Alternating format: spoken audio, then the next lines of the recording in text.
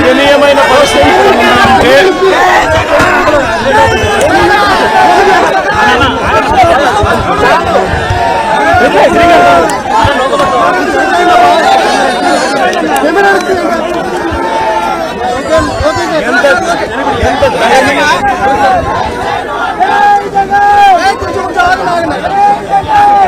దయనీయమైన పరిస్థితి ఇక్కడ ఉంది అని అంటే ఒకసారి మైక్ పెట్టి ఎవరినైనా కూడా అడగండి. నిజంగా ఎంత దారుణమైన పరిస్థితి ఏమిటంటే పరిస్థితి అంటే ఇక్కడ నుంచి మనుషులు వస్తా ఉన్నారు.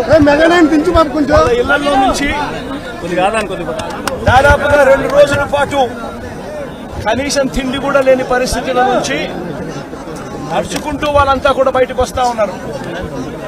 ఓట్లు ఏమైనా ఏంటంటే చాలని ఓట్లు, ఆ ఓట్లు కూడా ఎక్కించుకునే పరిస్థితులు, సందుల్లోకి పొందుల్లోకి పోని పరిస్థితి. ఓట్లలో వచ్చే వాళ్ళ సంఖ్య ఎంతమంది ఉన్నారు, నడుచుకుంటూ వచ్చే వాళ్ళ సంఖ్య ఎంతమంది ఉన్నారు ఒక్కసారి గమనించండి. ఈ లోతు దాకా నీళ్లుండి నడుచుకొని వస్తా ఉన్నారు. వచ్చిన వాళ్ళు కనీసము ఇక్కడికి వచ్చిన తర్వాత ఎక్కడికి పోవాలన్నా కూడా తెలియదు. ఇక్కడికి వచ్చిన వాళ్ళకు కనీసం రిలీఫ్ క్యాంపులు కూడా లేవు. రిలీఫ్ క్యాంపులకు వీళ్ళని తీసుకుని వెళ్లే కార్యక్రమము లేదు, వీళ్ళకి చెప్పింది లేదు, చేసేది లేదు. రిలీఫ్ క్యాంపులు కూడా లేకుండా ఇక్కడికి వచ్చిన వాళ్ళు ఎక్కడికి పోవాలో తెలియక వాళ్ళ బంధువుల ఇళ్లకు పోతా ఉన్నారు. కనీసం వాళ్ళకు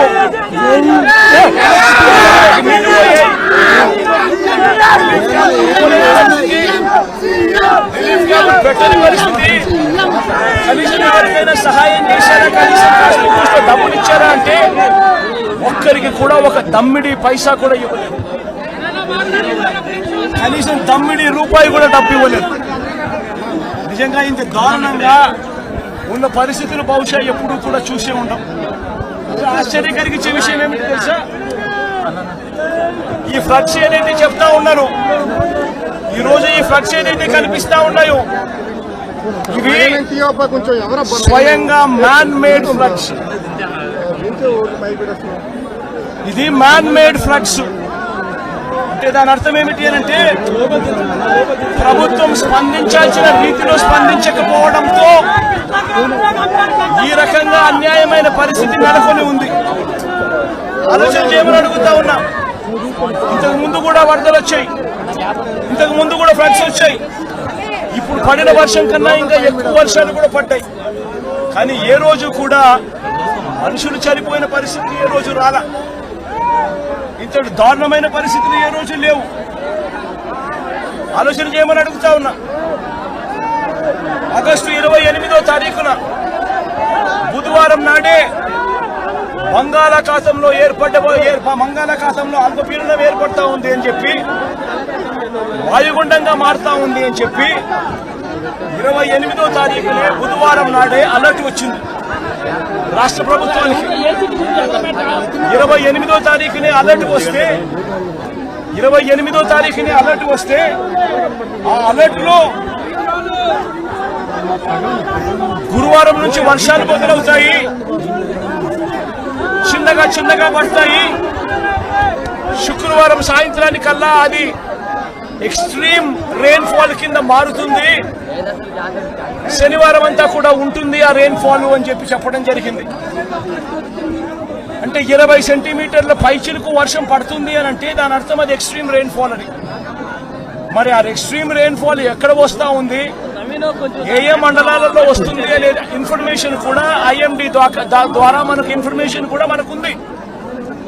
ఆ ఇన్ఫర్మేషన్ మనకున్నా కూడా 28వ తారీఖునే బుధవారం నాడే మనకి అలర్ట్ వచ్చిన తర్వాత కూడా మనం ఏం చేశాము అన్నది ఒక ముఖ్యమంత్రిగా రాష్ట్ర ప్రభుత్వంగా ఆలోచన చేయాలి. 28వ తారీఖున అలర్ట్ వచ్చిన వెంటనే ఆ అలర్ట్ లో ఎక్స్ట్రీమ్ రెయిన్ఫాల్ పడుతుంది. ఆ ఎక్స్ట్రీమ్ రెయిన్ఫాల్ మన దగ్గర మాత్రమే కాదు, ఆ ఎక్స్ట్రీమ్ రెయిన్ఫాల్ మన దగ్గరనే మాత్రమే కాదు, కృష్ణా, గుంటూరు, వెస్ట్ గోదావరి జిల్లాలు మాత్రమే కాదు, తెలంగాణలోని ఖమ్మం, నల్గొండ జిల్లాలలో కూడా పడుతుంది అని చెప్పడం జరిగింది. క్యాష్మెంట్ ఏరియా మొత్తం కృష్ణానది క్యాష్మెంట్ ఏరియా భీకరంగా తయారవుతుంది అని కూడా ఆ రిపోర్ట్ లో చెప్పడం జరిగింది. 28వ తారీఖున వాళ్ళు అలర్ట్ చేసిన రిపోర్ట్లు. మరి ఒక వైపున ఏం చేయాలి ప్రభుత్వం అన్నాక? ఆల్రెడీ డ్యాములు చూస్తే శ్రీశైలము, నాగార్జున సాగర్, పులిచింతల డ్యాములు ఆల్రెడీ ఇప్పటికే ఫుల్ గా నిండున్నాయి. ప్రభుత్వం అనేది చేయాల్సిందేమిటి? ఇరిగేషన్ డిపార్ట్మెంట్ తోనూ, రెవెన్యూ డిపార్ట్మెంట్ తోనూ, హోమ్ డిపార్ట్మెంట్ తోనూ రివ్యూ కార్యక్రమం చేసి ఈ రకంగా తుఫాన్ రాబోతా ఉంది, డ్యాములు అయితే పూర్తిగా నిండున్నాయి ఇప్పటికే.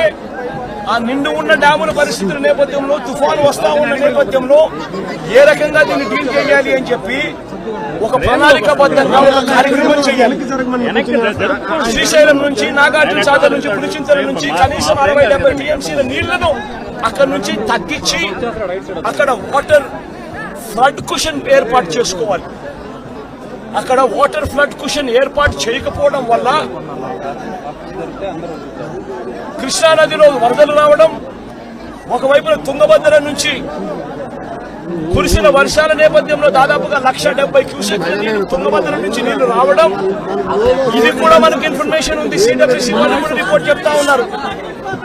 ఈ నెల 30వ తారీఖు నుంచి శ్రీశైలంలోని కృష్ణానది ఇంకా భీకరంగా, కర్ణాటక నుంచి, మహారాష్ట్ర నుంచి కూడా వర్షాల వల్ల భీకరంగా నీళ్లు వస్తాయని చెప్పి శ్రీశైలంలో నీళ్లను తగ్గించి ఉండింటే, తుంగభద్ర నీళ్లు శ్రీశైలంలోను, నాగార్జున సాగర్ లోను ఆపికగా ఉండగలిగిందంటే ఆ వాటర్ ఫ్లడ్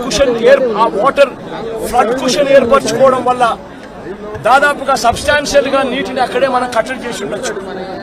అది కాక కృష్ణా నదికి సంబంధించి తెలంగాణ నుంచి వస్తా ఉన్న నీళ్లు, మూసీ నది నుంచి వస్తా ఉన్న నీళ్లు, ఇవన్నీ కూడా పులిచింతల్లో కూడా ఆల్రెడీ నిండి ఉన్న కెపాసిటీ.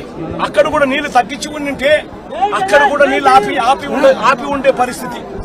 కానీ అవన్నీ ఏమీ చేయకుండా, ఎక్కడా కూడా నీళ్లు తగ్గించకుండా 30వ తారీఖు నుంచి నీళ్లు తగ్గించుకుంటూ వచ్చిందంటే ఒక 8 లక్షలు 9 లక్షలు క్యూసెక్కులు అలా పారుతా పోయిండు 30వ తారీఖు నుంచి. అప్పుడు ఈ మాదిరిగా భీకరంగా 11,35,000 క్యూసెక్కులు వచ్చే పరిస్థితి ఉండేది కాదు. ఈ మాదిరిగా ఫ్లడ్ ఉండే పరిస్థితి ఉండేది అంతకన్నా కాదు. కానీ రాష్ట్ర ప్రభుత్వం తీవ్రంగా జాప్యం చేసి, ఏకంగా చంద్రబాబు నాయుడు గారు అనే వ్యక్తి తాను ప్రజలను పట్టించుకోవాల్సిన ఆవశ్యకతను పూర్తిగా మర్చిపోయి రెడ్ బుక్ పాలనతో పరిపాలన సాగిస్తూ కక్ష సాధింపుల మీదనే ధ్యాస పెడతా ఉన్నాడు తప్ప గవర్నెన్స్ మీద, ఏం చెయ్యాలి అన్న దాని మీద ధ్యాస లేకనే ఇది మ్యాన్ మేడ్ ఫ్లడ్ కింద ఇంత భీకరంగా తయారైన ఫ్లడ్ ఇది.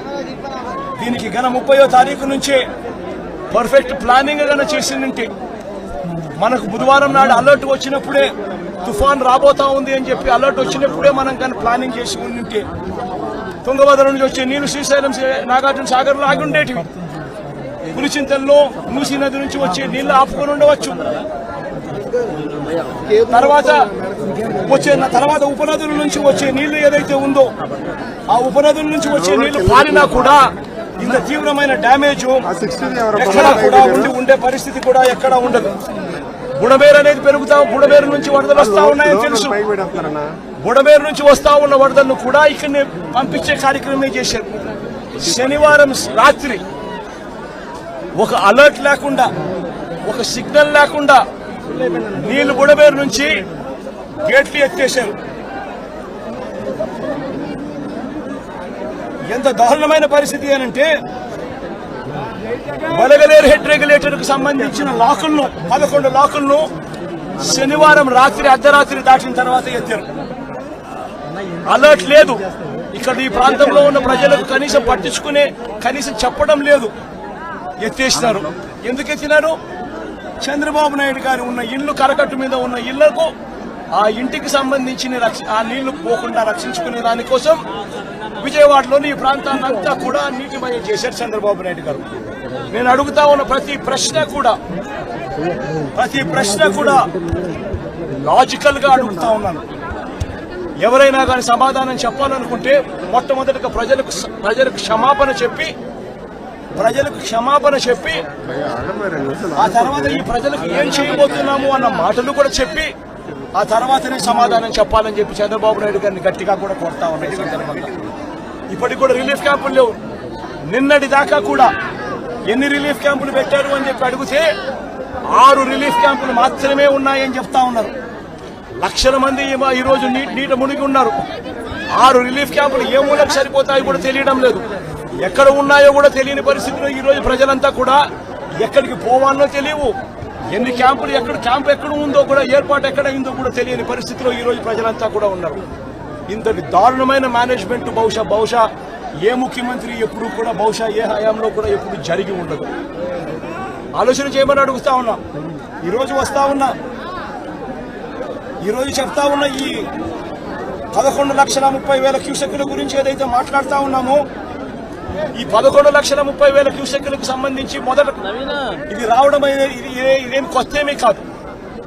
ఇటువంటిదే 1903లో 11,90,000 క్యూసెక్కులు వచ్చింది. 2009లో కూడా 11,10,000 క్యూసెక్కులు వచ్చింది. మా హయాంలో కూడా 2019, 2020, 2021, 2022లో కూడా ఇలాంటి వరదలే ఇలాంటి రెయిన్ఫాలే నమోదు కూడా అయింది. కానీ ఇలాంటి రెయిన్ఫాల్ నమోదైనా కూడా మా హయాంలో ఎప్పుడు కూడా ఈ మాదిరిగా 11 లక్షల క్యూసెక్కులకు చేరడము, దానివల్ల ప్రజలందరూ అసలాకుతలమైన పరిస్థితులు రావడం ఎప్పుడూ జరగలేదు. 2021లో శ్రీశైలం నుంచి దిగువకు 8 లక్షల క్యూసెక్కులు, శ్రీశైలం దిగువకు 8 లక్షల క్యూసెక్కులు 2021లో కిందికి వదలడం జరిగింది. దిగువ పులిచింతల్లోకి మూసీ నది నుంచి 1,50,000 క్యూసెక్కులు రావడం జరిగింది. మున్నేరు నుంచి ప్రకాశం బ్యారేజీకి 3,50,000 క్యూసెక్కులు చేరినప్పటికీ కూడా ముందు జాగ్రత్తగా Srisailam reservoir, Nagarjuna Sagar reservoir, Pulichintala reservoir వీటి అన్నిటిలో కూడా ముందు నుంచే ఫ్లడ్ వస్తా ఉంది అని తెలిసిన నేపథ్యంలో, వాయుగుండంగా మారుతా ఉందన్న నేపథ్యంలో, ముందు ఇన్ఫర్మేషన్ ఉన్న నేపథ్యంలో శ్రీశైలము, పులిచింతల, నాగార్జున సాగర్ డ్యాములను నీళ్లను తగ్గించి అక్కడ ఫ్లడ్ కుషన్ ఏర్పాటు చేయడం వలన డెవాస్టేషన్ రాకుండా కేవలం 8 లక్షలు 9 లక్షల క్యూసెక్కులు మాత్రమే నీళ్లు కిందికి వెళ్ళిపోయేట్టుగా చర్యలు తీసుకోవడం వల్ల ఇటువంటి పరిస్థితులు రాకుండా గతంలో చేయగలిగాము అన్నది కూడా ప్రతి ఒక్కరూ కూడా గమనించమని కోరుతా ఉన్నా. ఇంతటి మ్యాన్ మేడ్ ఫ్లడ్ ను క్రియేట్ చేసినందుకు చంద్రబాబు నాయుడు మొట్టమొదటిగా ప్రజలకు క్షమాపణ చెప్పాలి. క్షమాపణ చెప్పి కనీసం వీళ్ళకందరికి కనీసం బేసిక్ ఫెసిలిటీస్ లేవు, తినేదానికి తిండి లేదు, తాగేదానికి నీళ్లు లేవు, రిలీఫ్ క్యాంపులు లేవు, రూపాయి డబ్బు ఇవ్వలేదు. వీళ్ళందరూ ఎలా బతకాలని చెప్పి అడుగుతా ఉన్నారు. చంద్రబాబు నాయుడు ఇక్కడికి వచ్చి క్షమాపణ చెప్పి సమాధానం చెప్పాలని కూడా అడుగుతా ఉన్నారు.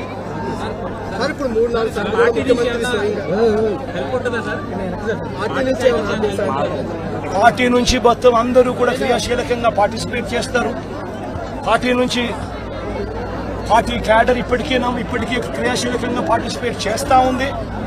సీను దగ్గర నుంచి ఎమ్మెల్యేలు కంటెస్ట్ చేసిన వాళ్ళందరూ, కార్పొరేటర్ల స్థాయి నుంచి అందరూ కూడా ఇక్కడే ఇదే నీటిలోనే ఉన్నారు.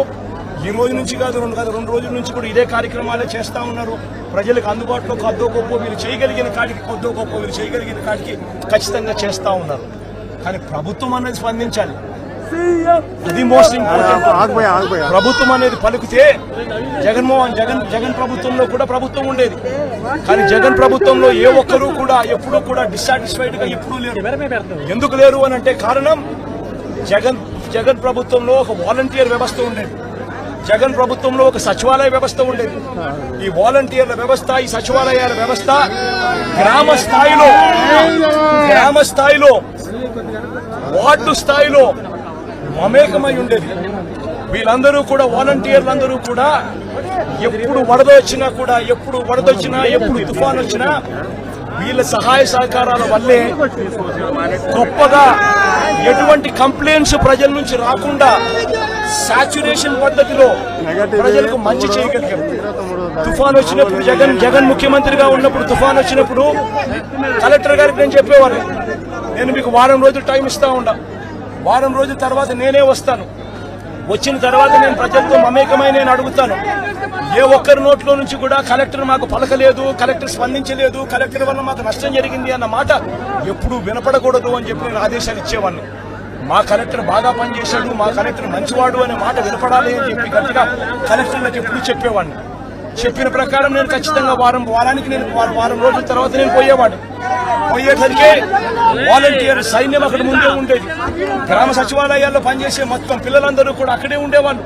ఆ వారం రోజుల పాటు వాళ్ళంతా కూడా ప్రభుత్వం అంతా కూడా పూర్తిగా కలిసి ప్రతి గడపకు వెళ్ళేది. ప్రతి గడపకు వెళ్లి సహాయ సహకారాలు అందిస్తూ మొట్టమొదటిసారిగా ఎప్పుడు విధంగా ప్రతి కుటుంబానికి 2,000 రూపాయలు సహాయం కూడా, ఆర్థిక సహాయం కూడా అందించిన పరిస్థితులు ఎప్పుడైనా ఉన్నాయి అంటే అది ఒక్క జగన్ ప్రభుత్వంలో మాత్రమే జరిగింది. అటువంటి కొత్త సాంప్రదాయాలను ముందుకు తీసుకొచ్చింది మనం, వాలంటీర్ వ్యవస్థను ముందు పెట్టింది మనం. సచివాలయ వ్యవస్థ వాలంటీర్ వ్యవస్థతో పూర్తిగా ప్రతి గడపకు కూడా సహాయ సహకారాలు అందించగలిగాము.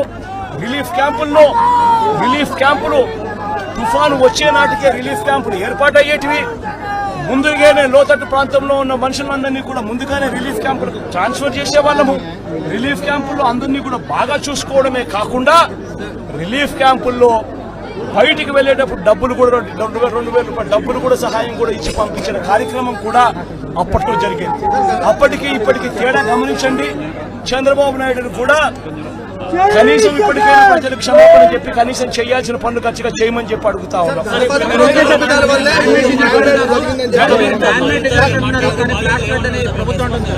ప్రతి బాధితుడు కూడా మీరంతా ఉన్నారు, నాతో పాటు మీరంతా కూడా నడుస్తా ఉన్నారు. బాధితుల దగ్గర మీరు కూడా మైకు పెడతా ఉన్నారు, బాధితులు మాట్లాడిన మాటలు మీరు కూడా విన్నారు. ఒక్క బాధితుడికైనా కానీ ఇక్కడ నుంచి మేము వస్తా ఉన్నాం, ఇక్కడ నుంచి మేము ఎక్కడికి వెళ్ళాలి అని అంటే, ఎక్కడి నుంచి ఎక్కడికి వెళ్తా ఉన్నారనంటే తెలియదు సార్, తెలియదన్నా, ఇక్కడ నుంచి పోవాలి, మా బంధువుల ఇళ్ళకి పోవాలనే మాట చెప్తా ఉన్నారు. కానీ కనీసం ఒక్క బాధితుడన్నా కానీ రిలీఫ్ క్యాంపులకు మేము పోతా ఉన్నాము, రిలీఫ్ క్యాంప్ అక్కడ ఉంది, రిలీఫ్ క్యాంప్ అక్కడ పెట్టారన్న మాట కనీసం ఒక్కడన్నా చెప్పాడా అని అడుగుతా ఉన్నా. కనీసం ఒక్క బాధితుడన్నా కానీ చెప్పాడని అడుగుతా ఉన్నా. మీరే విన్నారు, మీరే చూశారు. ఆ బాధితుడు నేను అడిగా, ఈ 2 రోజుల నుంచి కనీసం మీకు ఏమైనా సహాయం అందిందా అని చెప్పి. కనీసం ఇంటికి వచ్చి ఎవడైనా డబ్బు ఇచ్చాడా అని చెప్పి అడిగా. ఇంటికి వచ్చి మంచినీళ్ళు ఇచ్చే కార్యక్రమం జరగలేదు సార్, డబ్బులు కదా దేవుడు ఎరుగు అని చెప్పి మాటలు వినిపించారు. మీరంతా కూడా విన్నారు.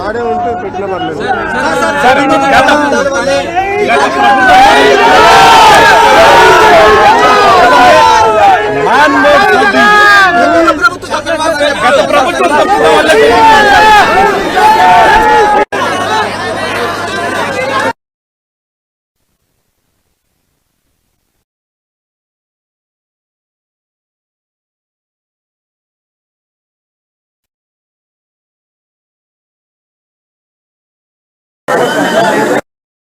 వచ్చారన్నా